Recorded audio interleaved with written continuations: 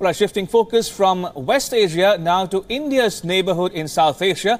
In the last few days, India has seen protests over reservations, both for the move and against it. Now, in the neighborhood, Bangladesh saw similar anti-reservation protests, but the similarity ends there now.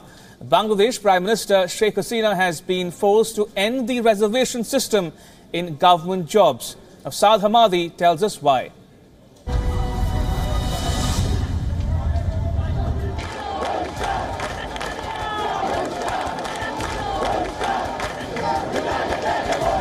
On the 11th of April, Bangladesh Prime Minister Sheikh Haseena announced a historic decision.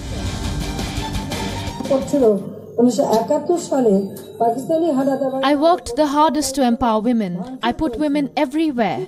Now the girls are saying they don't want the quota.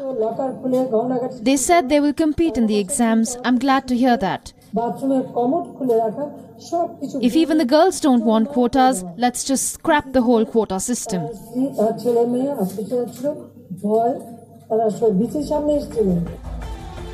The decision comes after 4 days of protests from students and job seekers across the nation.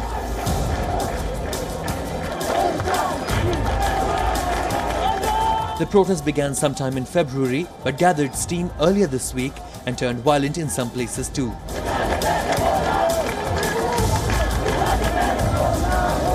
University exams were cancelled. Bangladesh's capital city of Dhaka also came to a standstill as thousands marched against the controversial law.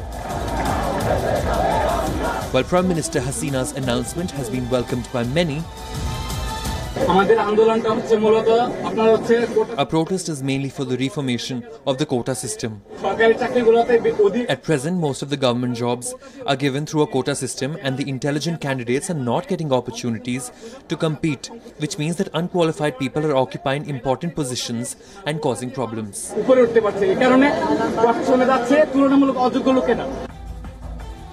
There's been a mixed response from Bangladesh's lawmakers, who don't want the system to be completely abolished. The existing system offers 44% jobs on merit and the other 56% was reserved for other categories like descendants of freedom fighters, women, ethnic minorities and people with special needs.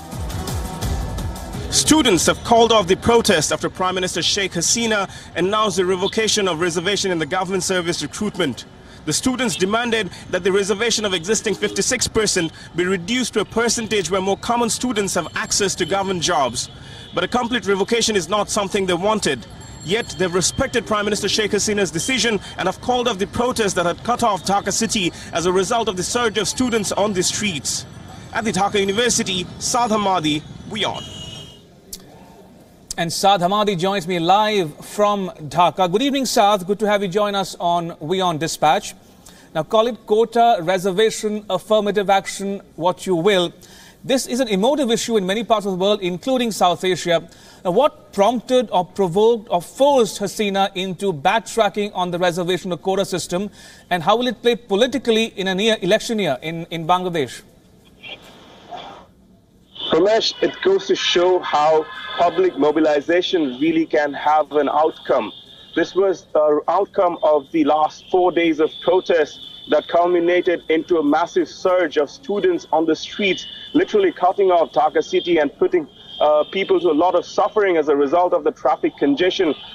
Mind you that Dhaka city has a severe crisis of road space and all of that. So when a protest like this emerges, it puts on a lot of pressure on people's movement. And that's something that the government cannot afford to really have continue for such a long time. And at the backside of that, there has been that demand that the students have been making for a reform in the reservation process for the recruitment in public services. But a complete abolition of this reservation is not something they wanted.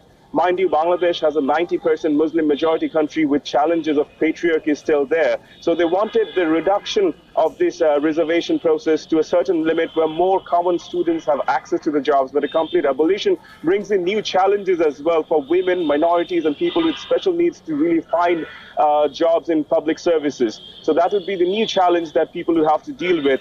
But the students have really accepted Prime Minister's calling off this reservation process, and now it needs to be seen how the course follows. And one quick follow-up question, Saad. What about the minorities, the ethnic minorities, the religious minorities in Bangladesh today? How are they taking this decision to completely eradicate, abolish reservations in Bangladesh?